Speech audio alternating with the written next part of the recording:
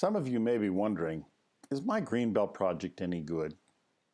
Well, I had the chairman of Toshiba once say to me, the only good Six Sigma project is a completed project that's been implemented.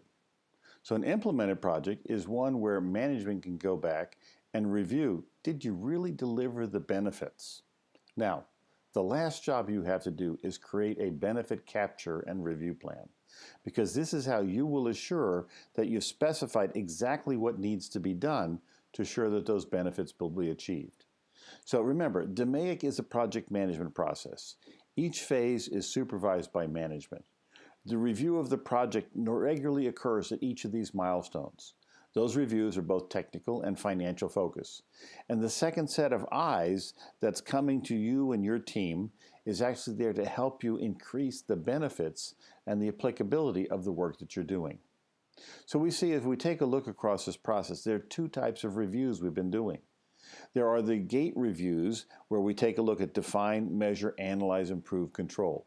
And those reviews are typically done with a black belt or a master black belt, as well as your project champion or the process owner. And the objective there is to make sure you go through the process, you're using the tools in the right way, and you're delivering the kind of focus on that project and the improvements that need to be done to create the performance improvement desired. The other set of reviews, though, are done by management. So gate one is where they select the project and say, this is worthwhile doing. Gate two is at the end of the analyze phase, because that's when your project charter will be finalized and we actually understand the process and we have a good estimate for what sort of benefit can be done.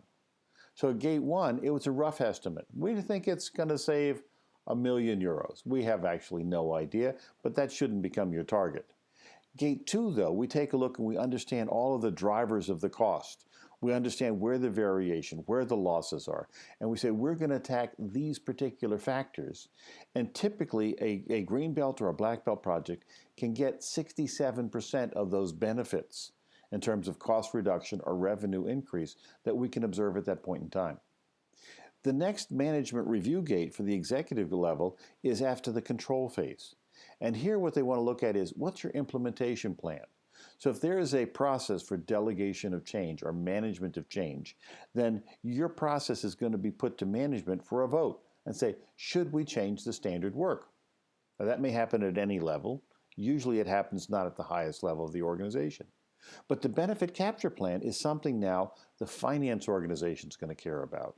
And they say, did we actually get the benefits in terms of the cost reductions or the revenue increases that were promised based on the implementation plan that we had for the process? So gate four, the final process, will occur some months after your project is done. Someone will usually come around independent and they'll take a look and they say, okay, what were the benefits that we expected? How much of those were captured? Did we implement all of the changes? Are there any benefits that remain to be captured? Who's going to do them? Or do we give up on them? And then maybe there are some further improvement opportunities that have been recognized through the process that would then create another idea for what we want to deal with. So, what is a benefit capture plan? The purpose is to monitor the execution of the planned improvements and report on the status of those improvements and the benefits received by the organization. The content of this, first of all, we identify what was the improvement opportunity. Has the manager or the supervisor who is in charge of that area accepted responsibility for making the change? So it's not just we tell them, that they say, yes, I want to do that. So they acknowledge that receipt. What's the monitored performance measure that we'll use? What was the baseline of that measures? What do we say is the achievable performance target for improvement of the measure? When would we have the expected achievement date? What would be the financial benefit if that was completed? Then we have, what was the achieved completion date? What did we actually do? What was the percentage of tasks we completed? Did we complete 100% or only half of it? Then what was the real financial benefit achieved? And then additional comments that come from the auditors. And the idea is that this should be an independent financial assessment. As a matter of fact, if your company is internationally traded, or it's on the New York Stock Exchange, or there's more than 10% American ownership, then you have to comply by the rules of Sarbanes-Oxley law. And what that law says is you as a green belt or a black belt were actually in a position of management responsibility to create a material benefit for the organization. And as a result, under that law, it's illegal for you to be the auditor of the process to say, was the benefit received? So typically the best practice is in the finance organization of your company to get somebody there who's got some auditing knowledge, process knowledge, and hopefully some knowledge about the methods and tools you've used to go back and actually do the benefit capture plan. Well, now you've done it. You've seen, define, measure, analyze, improve, control at a green belt level of competence.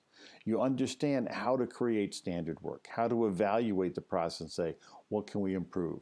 How to test it to see what can we actually make improvements, what could be achieved in the process, and then how to control those particular factors to deliver standardized work at a higher level of process performance in a more consistent way than we've done it in the past. So as you complete your green belt training, what I want you to think about is, what else can I use these methods and tools to do as an industrial engineer? Hopefully you've understood that throughout this process, many of these tools have come out of the roots of industrial engineering, and they've just been rearranged or organized in an approach to help you become a better problem solver. Many of these tools and methods you will find as a helpful thing to be able to use just in the normal occurrence of your work. Many times you'll find some of these Minitab software tools also helpful for you to be able to demonstrate a different way of thinking about work processes and how work comes together.